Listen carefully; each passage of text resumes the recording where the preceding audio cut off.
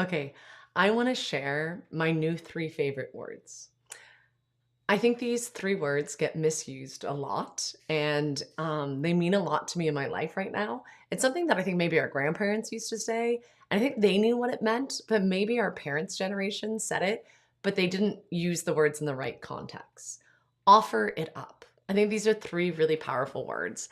And I want to tell you what it doesn't mean, because I think sometimes people are like, offer it up. And what they mean is, suck it up, princess. Suck it up, buttercup.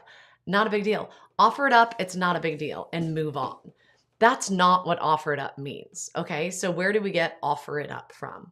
I know that I've been talking a lot recently about my health journey and chronic pain and sickness, and a lot of you are in the same boat as me and really suffering. And I just want to thank you for sharing your story with me and just trusting me with your heart. I really understand where you're coming from with the frustration. I've said it before and I'll say it again.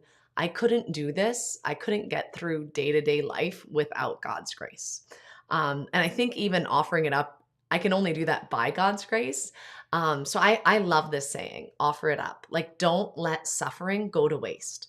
Like, Jesus suffered. Our Lady suffered so much. She watched her son um, get condemned to death, die. He was sweating blood. Jesus suffered so much for love of us. I think that when you are dealing with some type of really serious sickness or chronic illness or any suffering, we can unite ourselves to Christ in the agony of the garden. So he asked his followers to stay awake with me. He said, "Stay awake with me, pray with me." And what happened? He's praying and his body is so stressed out. So I know my body is so stressed out. One of the things that I deal with all my chronic issues, chronic fatigue, pain, all of it, is my body is in, like, I have adrenal issues and my body's in constant fight mode. And so it's like overly stressed out. It shouldn't be this stressed out. There's no need for my body to be this stressed out, but it is. It's really, really stressed out for whatever reason. Jesus's body was really stressed out. He was so stressed out that he sweat blood, right? He sweat blood and he didn't want to get crucified. What did he say? He said, "Not my will be done, but yours, Lord." Heavenly Father, he's praying to God the Father. And he's like, "Not my will be done, but yours. If this cup can pass me by, let it." Okay, I'm not crazy. I don't want suffering. I don't want pain.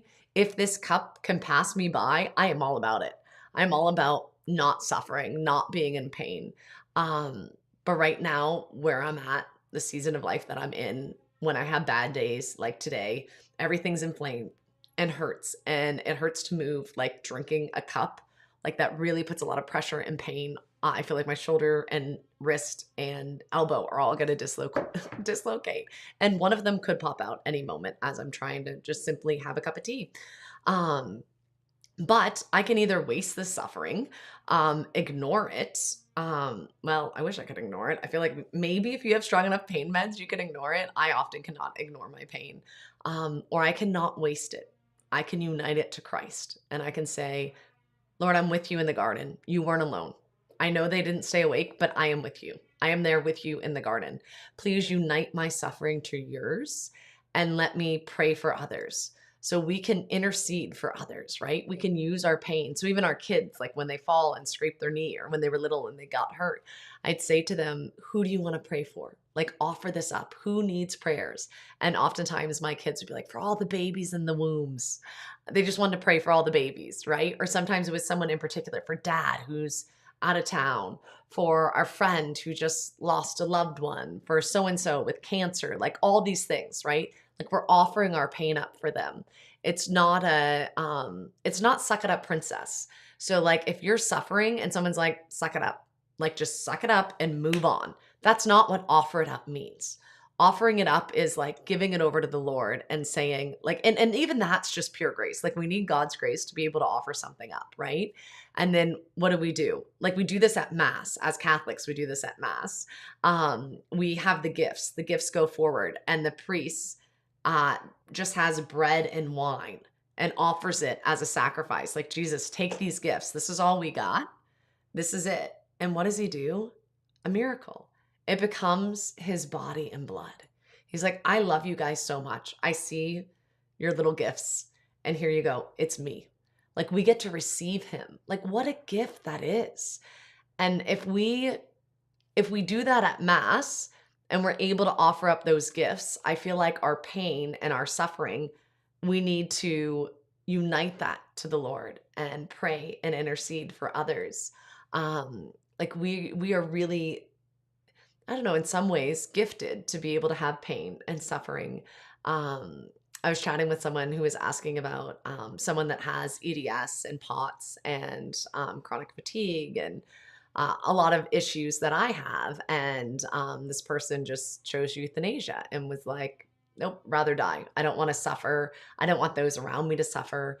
And I think we live in a very, our world does not understand suffering at all. I feel like I barely do, but I understand enough, a little glimpse that I understand, I want to share with you. And when I remember it and I'm in a good place and I'm praying, the Lord does amazing, wonderful, beautiful things with it. He uses it to help me grow in holiness. He blesses my family, those that I'm praying for, friends of mine that are going through a rough time. So I want to bring this back into our vocabulary. Um, Two things I say often to myself mainly is offer it up. And even challenging my family, like, who do you want to pray for? Who do you want to intercede for? Let's offer this up to the Lord. And the other is praise Jesus.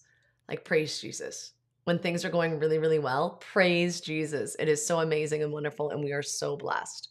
When things are hard and painful and there's a lot of pain and aches and suffering, praise Jesus. He is good. He is a good God, right? I think that when we are able to unite our suffering to his, I think of Our Lady, like, as she watched Jesus suffer on the cross and be crucified, her heart was pierced with a sword. Like, that agony and pain. Anyone out there that's a mom, you know that pain. If you've ever had a sick child, it breaks your heart. Your heart is just so broken, and you're like, oh, I love you. I would do anything to take away this pain and suffering that you're going through. I would do anything to take it away from you. And we could just pray for them. And then we are also going through that pain. So I feel like not only are we united to Christ's pain and suffering, but we're also united to Our Lady. So Our Lady and Christ, both are united to their pain. And we need God's grace. Like, I don't think you can get through any type of sickness or pain, let alone something as frustrating as something that's chronic, that's always going on, autoimmune, like these things that you have no control over. So, like, one day you could be functioning and fine, and the next you wake up, every joint hurts, and you're just in agonizing pain, and you're so exhausted. And you're like, I don't have energy to do much, but sit here and put my feet up and take a deep breath and pray and tell my kids to bring a book to me and I'll try to read it with them. Or right now, we just put on Formed. I'm going to go down, and my 8-year-old wants to watch Mary of Nazareth. So that's what we're going to do on the sofa. I just wanted to share this with you. I need to dive in more and really unpack it, but I just feel like that we're missing this element. We're missing, like, we don't want to see anyone in pain. We don't want to see anyone suffer. We love putting band-aids on things, and that's how our medical system's kind of working. It's like, oh, here's a band-aid, here's a pill, take this. Anything to not experience pain and suffering. And I have friends that have watched loved ones die recently, and the difference between the ones that got suffering and offered it up and loved through their pain on their deathbed, and those that just wanted it to be over and didn't want anyone near them. It was like sterile and not welcoming or loving. It was, this is bad. I shouldn't be going through this. And this one over here was just really beautiful. And it was like, what a gift to be able to bathe my mother in her last days. I have a couple different friends who, their family, they celebrated mass around her mom's bed as she was dying. She has a brother who's a priest, and all these kids were gathered around, and the family just came together and prayed. And it was this beautiful time of saying goodbye, but like there was a lot of suffering and heartache, but it was, I don't know, it was filled with peace and joy and consolation.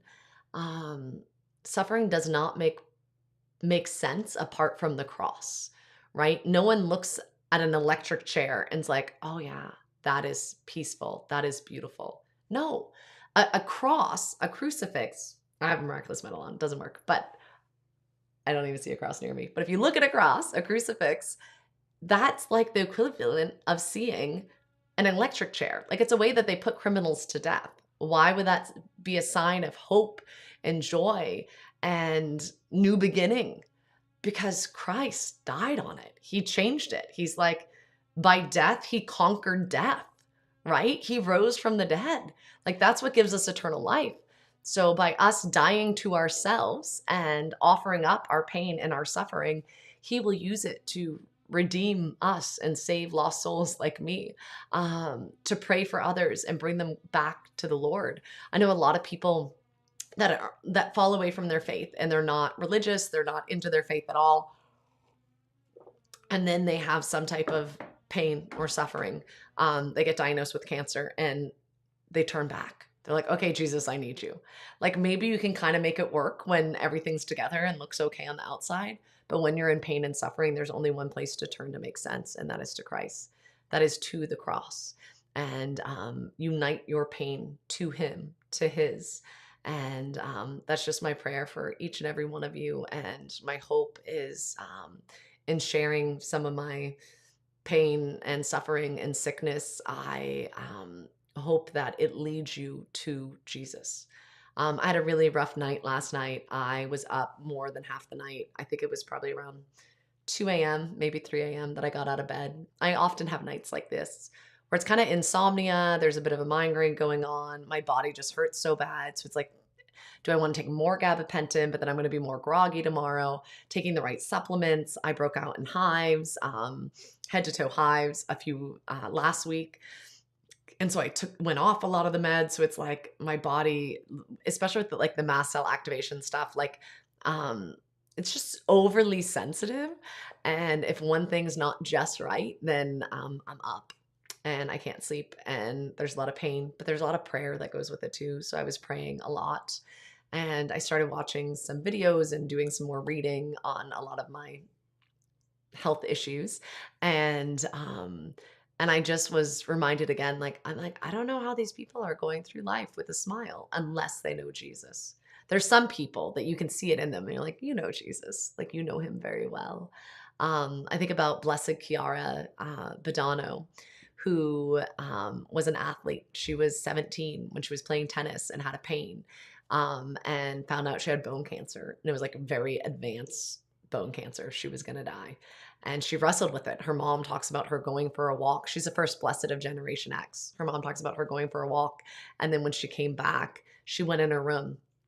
And it was like she went on her walk. She wrestled with the Lord and was like, I'm too young to die. I'm not ready for this. I don't want this. But if you will it, Lord, then I will it. Like, your will be done, not mine. Right? And then she had a peace and a joy, and people would come visit her to console her because they were so sad. And they left with smiles and joy, and every lump of hair that fell out of her head, she's like, all for love of you, Jesus. All for love of you, Jesus. And she just smiled through her suffering and her sickness. Her doctors begged her to take morphine.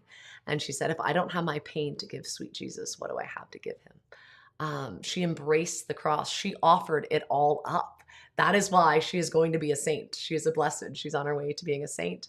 But I think Blessed Chiara really showed us, like, this is what you do. Like, you need to offer it up. And in good moments, by God's grace, I can do it. But I also have a lot of times where I'm not doing it. Like, I totally fail. So I'm not telling you, offer it up like me, because I stuff up all the time. But this is a reminder for me in bad moments to be like, Lord, give me the grace to offer it up. When Chiara, the night before she died, she told her mom, do not be sad, rejoice, for tomorrow I will be with my beloved in paradise. She wanted to be buried in her wedding dress because she knew she was going to meet her beloved. So I just want you to know that I'm praying for you and whatever you're going through. And please turn to the Lord. He is so good and so amazing and so loving. And he's the only one that can offer you hope and healing. And don't forget, offer it up. And it's a joyful, beautiful offering up, giving of gift. It's not a offer it up, it's not shame on you. Pick yourself up by your bootstraps and suck it up. It's a offer it up. It's a beautiful gift, and offer it up to the Lord. And it's amazing and beautiful. All right. God bless. Praying for y'all. Bye-bye.